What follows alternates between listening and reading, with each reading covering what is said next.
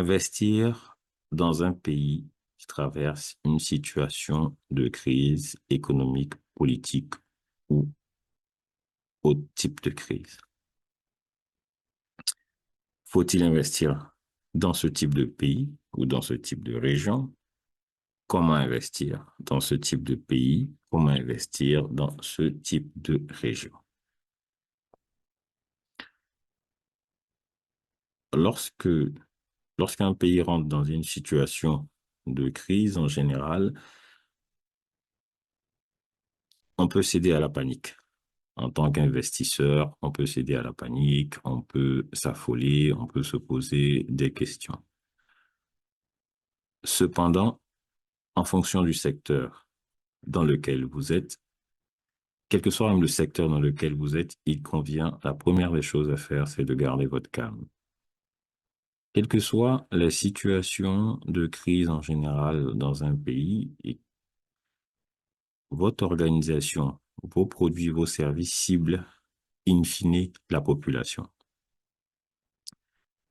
Quelles que soient les situations de crise, vous avez rarement plus de 20% vous avez rarement plus de 20% de la population qui sort du pays. Donc, vous avez votre marché qui reste présent. Votre marché intérieur, si c'est ce marché-là que vous visez. Donc, bien entendu, il peut y avoir des sujets. Donc, vous avez des sujets en fonction du type de crise, des sujets économiques, des sujets politiques. Donc, qu'est-ce qu'il faut faire? Il convient de garder votre calme, de mesurer les risques. Qu'est-ce qui va se passer? Est-ce que mon marché est toujours là? Est-ce que ceux à qui je vends mon produit, ceux à qui je vends mon service sont toujours présents? Quels sont les aménagements que je peux mettre en place pour continuer à faire du business? Quels sont les risques auxquels je m'expose? Quels sont les avantages que je peux tirer de cette situation? Il y aura des inconvénients, il y aura des risques, bien entendu, mais il y a également dans ce type de situation beaucoup d'avantages parce que lorsque ce type de situation se produit justement, il y a une agitation, disons les choses comme elles sont, au niveau des investisseurs, qui fait que des opportunités se présentent. Donc, pour répondre à cette première question, vous êtes déjà dans un pays qui traverse une situation de crise. Le plus important, lorsque la situation se présente, c'est de garder votre calme et de faire cette analyse.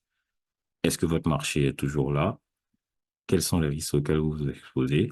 Quels sont les inconvénients? Quels sont les avantages? Et cela ne vous empêche pas, bien entendu, d'essayer, par exemple, de continuer en stabilisant. Donc, la première étape, ce sera de vous calmer, de stabiliser votre business.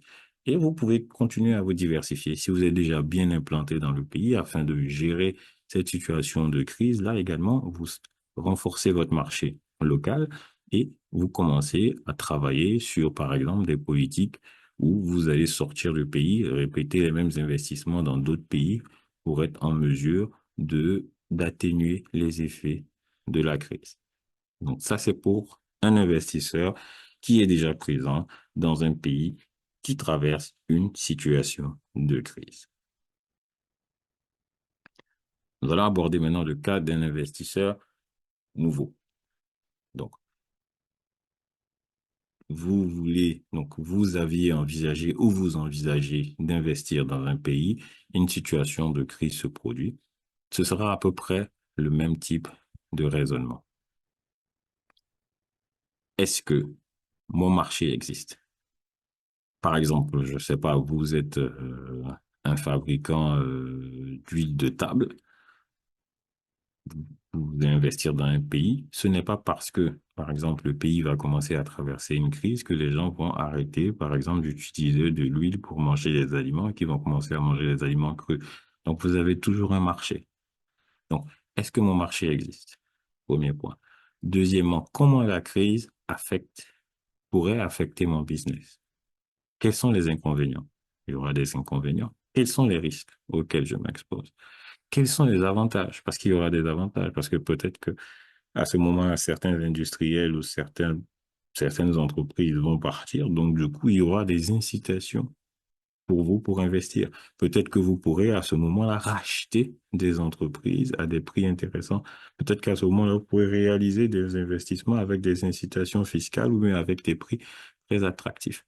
Donc, vous analysez ce point et vous décidez de partir. Dans tous les cas, vu que vous êtes nouveau, ce qu'on conseille en général à nos clients, c'est de commencer petit. De toute façon, que le pays soit en crise ou pas, vous commencez petit. Une fois que vous avez démarré, que vous maîtrisez bien les tenants et les aboutissants du business, vous pouvez maintenant réaliser des investissements plus massifs. Donc, voilà un peu notre analyse sur l'investissement dans les pays en crise. Pour finir sur ce point, donc de manière générale, quels sont les points qui sont importants pour pouvoir bien investir, bien implanter, bien développer votre business? Premier point, objectif. Ayez toujours des objectifs précis, idéalement sur le court et sur le moyen terme au moins, voire à long terme. Deuxièmement, une stratégie précise. Quelle est votre stratégie? Comment vous allez faire pour intégrer le marché? Vous allez venir avec des prix plus bas, vous allez venir avec des produits innovants, vous allez venir avec le même produit mais avec un meilleur service, vous allez venir avec un produit qui n'est pas connu du tout. Quelle est votre stratégie? Troisième point, vos opérations. Les opérations sont la clé du business. Que ce soit pour un produit ou un service délivré, vos opérations doivent être impeccables, ce qui va permettre de pérenniser votre business naturellement. Bien entendu, vous devrez travailler régulièrement sur vos opérations pour les rendre encore plus efficaces pour le client final et pour fluidifier en interne pour que vous puissiez y passer le moins de temps, y mettre le moins d'énergie et réduire ainsi vos coûts. Ensuite, communication. Point très important, très souvent, lorsqu'on démarre un business, on se dit que le business est bon, le business est tellement bon qu'on n'aura pas besoin de communiquer.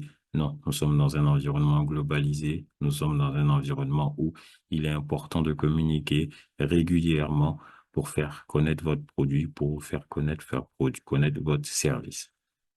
Commercial, point très important. Également, en général, on se dit, c'est un point qu'on peut oublier. Donc, mon produit est bon, oui, je communique, je suis connu, mais il faut aller toucher les clients au corps à corps pour les obliger à venir tester votre produit. Donc, vous devez toujours avoir une force commerciale et travailler régulièrement sur ce point. Les choses ne se feront pas naturellement. Même quand votre business est bien développé, vous devez toujours continuer et soutenir votre effort commercial.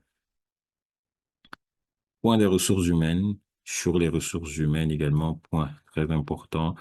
Les ressources humaines sont la clé du business. Donc, les ressources humaines, et on prend le point ressources humaines et organisation, c'est la clé du business.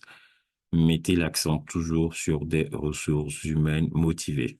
On peut avoir tendance en général, quand on se lance dans le business, à se tourner vers des ressources humaines expérimentées. Si vous trouvez des ressources humaines expérimentées et motivées, tant mieux. Mais si vous trouvez des personnes expérimentées qui ne sont pas motivées, cela risque d'impacter négativement votre business. Mettez toujours l'accent sur la motivation. Donc, voilà un peu ce qu'on voulait partager avec vous sur l'investissement, le développement d'entreprises dans les pays qui rencontrent des situations de crise et comment gérer votre business pour pouvoir le pérenniser, le développer ou même bien l'implanter de manière générale. Merci et bon courage.